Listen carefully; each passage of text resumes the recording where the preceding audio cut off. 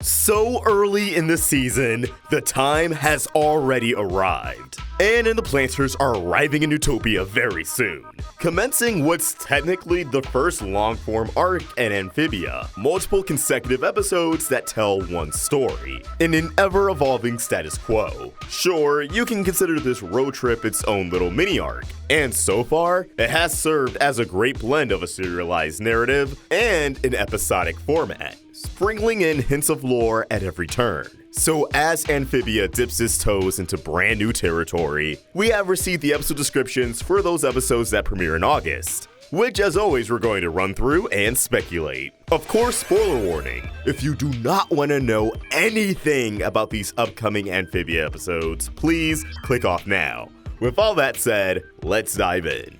Leading up to Utopia, we have the episodes that air on August 1st, Quarkers Pass, and Toadcatcher. Episodes that we've touched on before, but these descriptions provide a lot more information. In Quarkers Pass, Hop drops Sprig and Polly off at an obstacle-filled mountain trail designed to help them get along. And in Toadcatcher, Sasha and Grime must reconcile their differences to escape Utopia's most skilled warrior, General Yunnan. Zarafazel, forgive me if I butchered your name, guest stars as General Yunnan. Anna Akana returns as Sasha, Matt Jones returns as Percy, and Troy Baker returns as Grime. Alright, so with Quarkers Pass, Hop is gonna get these kids killed. You know how many frog skeletons we've already seen in this season? But on a serious note, it's exciting to see an episode focus on Sprig and Polly's sibling relationship. I feel like that's an element of the series that does deserve to be fleshed out more.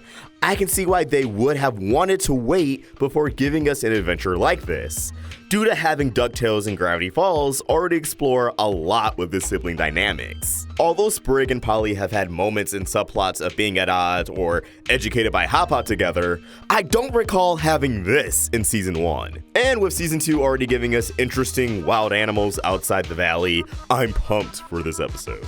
But Toadcatcher is where things really get interesting, as it appears to set up Sasha and Grime's role in this season. And the description makes it sound like they could be to Utopia what Zuko and Iroh were to Ba Sing Se, minus the fact that Amphibia is full of talking amphibians and Sasha's a human. But hey, for all we know, the three girls may not be the only humans around. Not saying it's likely, just an out there possibility. Sasha and Grime likely need to reconcile because of Sasha's failure in her duel against Anne. Maybe not even because she failed, but because Grime now knows without a doubt Anne is a soft spot for Sasha. Her presence can lead to failure if Sasha isn't focused and detached. Sasha almost falling to her demise willingly likely will stick out as another concern if Grime appropriately read that action. It's good to know that Percy's in this episode because we're aware that he doesn't enjoy being a guard. He likes being the comedic relief, fun-loving character. So I wonder if the aftermath of reunion, alongside being hunted down by an Utopia general, will cause him to defect from the rest of the Toads. Similar to Buttfrog and Star vs. the Forces of Evil. I love redemption stories and arcs where an antagonist leaves the opposing group to aid the protagonist or find their own way, if not both. I would not complain if we got the same treatment with Percy. We also have confirmation that this Wolverine Newt is a general who possesses a very high rank in Utopia, serving as their most skilled warrior. That being said, I don't know if Sasha, Grime, and Percy can take her down. Although, despite what I just said about Percy, it'd be awesome if his role as an antagonist actually doubled down, being the one who drives Yunnan away. But right now, I would see the story going in a direction where Yunnan either captures Sasha and Grime, bringing them to Utopia, where they'll eventually cross paths with Anne and Marcy, bringing the three girls together. Or Yunnan makes some kind of remark that encourages Sasha and Grime to head towards Utopia. I do feel like a reunion between all three girls is an end of Season 2 plot point though, so maybe instead, Yunnan will either lose the Toads or be forced to retreat, both scenarios concluding with a promise of pursuit. The following week, on August 8th, we have Swamp Insensibility, in which Anne discovers an old friend who has been living a double life, causing her to become fixated on helping him to be his true self. And in Wax Museum, the family visits a mysterious roadside oddities museum where every treasure comes with a price. Kermit the Frog guest stars as Crumpet the Frog, and Hugh Bonneville guest stars as Wigbert. Alex Hirsch guest stars as the Curator and Frogsoos.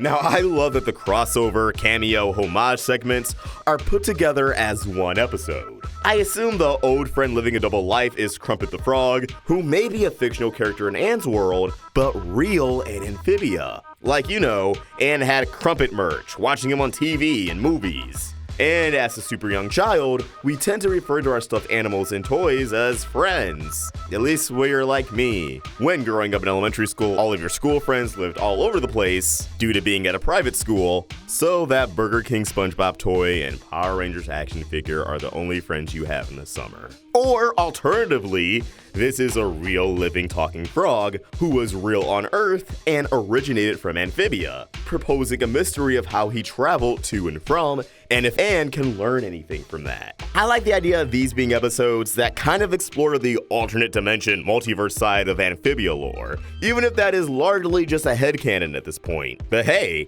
we get the curator and Froxus, so it's not too out there. His name is literally Froxus. His existence implies the existence of the original human Seuss. I think it also depends on who Crumpet the Frog ends up being.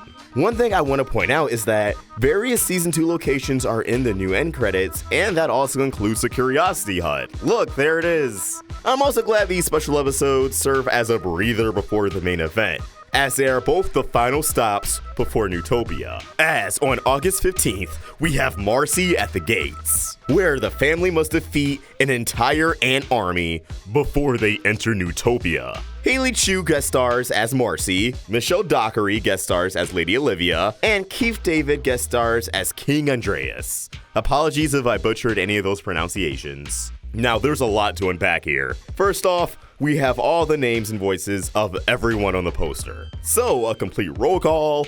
Anne, Sprig, Hop Hop, Polly, Grimes, Sasha, Yunnan, Marcy, Lady Olivia, and King Andrias. Don't forget Little Robo Frog over there. And do you want to count the Calamity Box as a character? Now, the synopsis for this episode gives us the bare minimum. Yeah, I'm sure the ant army will be a major factor of the episode, but I don't buy the battle between them dominating the entire runtime, especially as it's a 22-minute special as opposed to an 11-minute segment. That being said, I expect the meat of this episode to be found in exposition. We saw Anne, and to a lesser degree Sasha's journey in Amphibia, but it makes sense to info dump Marcy's journey up to this point. A good old flashback. At this point, I'm expecting her to have a deeper association with the Calamity Box and Amphibia, even if she initially leaves that information out. And honestly, with it being established from the announcement of the series that Sprig is Anne's first true friend, it makes sense that if Marcy has any toxic traits, it'd be that she withholds information in order to convince people to go along with what she wants. Just consider the fact that she was the one to scout the Calamity Box, and the antique shop itself sported an Amphibia emblem. I also wonder if the robot will be relevant to this episode at all, making his presence known in Utopia, and I can't wait for the introductions of King Andrias and Lady Olivia. The following week, August 22nd, we have Scavenger Hunt, where Anne, Sprig, and Marcy receive a mysterious message from the King of Utopia that sends them on a puzzle-solving mission. Nicole Byer guest stars as Gertie. This is paired up with the Plantars Check-In, where Anne finally meets with King Andrias and tries to enlist his help in getting back home. Christian Schau guest stars as Bo the Bellhop. There's Mabel! There's Mabel! Just not Mabel. But still, Christian Schau, there she is. Now, I have to wonder, is the king testing Anne and Marcy? Does this have anything to do with the prophecy seen at the end of the theme song? I don't know, I just really want that to come into play. The idea of him sending them on a puzzle-solving quest makes me think he's looking for their approach, results, and speed. Granted, Marcy may have nothing to do with it. It could just be Anne and Sprig he's keeping an eye on, as they just arrived. Also, where's Hop Hop and Polly? I also wonder what will happen to Marcy by the end of Scavenger Hunt, since she's no longer mentioned in any of these descriptions, or credited. Will her and Anne have a falling out? Will she disappear into the shadows? Or will the king ensure they're separated for one reason or another? Maybe Anne, who's already grown and changed a lot as a person throughout Amphibia, will surprise both Marcy and the king in how she conducts herself, causing the king to see her influence on Marcy as a threat to his plans, whatever they may be. A big turning point for Anne was standing up to Sasha, recognizing how Sasha has manipulated her, and moving past it. Now, assuming it's a similar situation of Marcy, Anne must do the same thing once more. For the Plantars check-in, I mainly believe this will serve to keep the family in Utopia a bit longer, as well as laying the groundwork for the audience to understand King Andrias is an antagonist, seeing more of the red flags that he can't be trusted, that he shouldn't be trusted, at least not fully. Although, if they're staying in Utopia, then the show is likely going to play the long con before actually making it as clear as day that King Andrias is an antagonist, with him actually opposing the Plantars later on in the season. But yes, for his own gain, one way or another, I can see Andrias ultimately giving a half answer on helping Anne, while ultimately keeping the family stationed in Utopia for the time being. Maybe the lack of hop in these descriptions is because he's actually going to travel back to Wartwood in hopes of retrieving the Calamity Box and then returning. Although that would be like, what, 4 weeks? How long are they trying to keep us from Mom? I hope that's not the case. Finally, on August 29th, we have Lost in Utopia, where Anne and Polly vow to experience the city like locals, but end up on a wild ride through the streets in Utopia, and Sprig gets schooled, where Sprig is offered a spot at Utopia University. Now with Lost in Utopia, the first thing I thought was Tales of Ba Sing Se, baby! But that's just a hopeful wish. Although more shows definitely need to do that format of multiple tales in one episode. Come on, Gravity Falls kinda did it. Owl House kinda did it. A great exploration of Utopia is in store. I wonder just how long they're going to be stationed there, but this is a great way to get to know the city. I also have to wonder, where's Sprig? Is his segment taking place concurrently? Are we actually getting a Tales of Ba Sing Se just in the form of multiple episode segments that take place at the same time? I'm kinda game for that. And again, where's Marcy? Where does she go? Why do shows give us interesting characters just to take them away? Is it budget? It's budget, right? With Sprig at schooled, Hop Hop's remark in the season premiere of the Newt's wisdom can be put into practice here. Sprig being outclassed by just a shit ton of geniuses. If not, maybe he'll learn the Newts actually aren't as smart as they were hyped up to be. They just have technology. Who else goes to Utopia University? Are we going to meet an important character? Maybe another character we meet in a previous episode returns. Will Sprig learn of something sinister? Only time will tell. We also will have episodes in September. Little Frog Town and Hopping Mall on September 12th, so we will have a small week-long break, and then what I can only assume to be the mid-season finale as it's episode 10 of season 2, the sleepover to end all sleepovers, and a day at the aquarium on September 19th. I really shouldn't be this geeked, but come on, when's the last time a serialized animated series did this? Having an arc traveling to a new location and staying there for more than 2 seconds, without it being a location we've been to frequently prior. This ain't Homeworld, this ain't Muni, this is Newtopia, and the Avatar One Piece parallels are warranted. Come on, 10 episodes. That's 10 half hours of television, although 9 of these are 2 segments, which just makes this 19 stories that are all dedicated to the same overarching plot thread.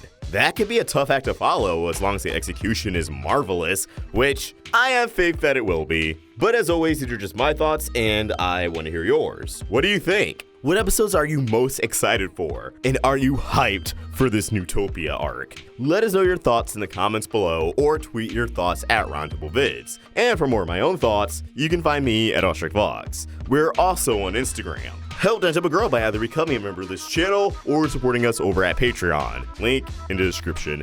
If you enjoyed this video, please sort of like and subscribe to the Roundtable for more great cartoon content. Thank you for watching, and I hope you have an awesome day. AwestruckVox, signing out.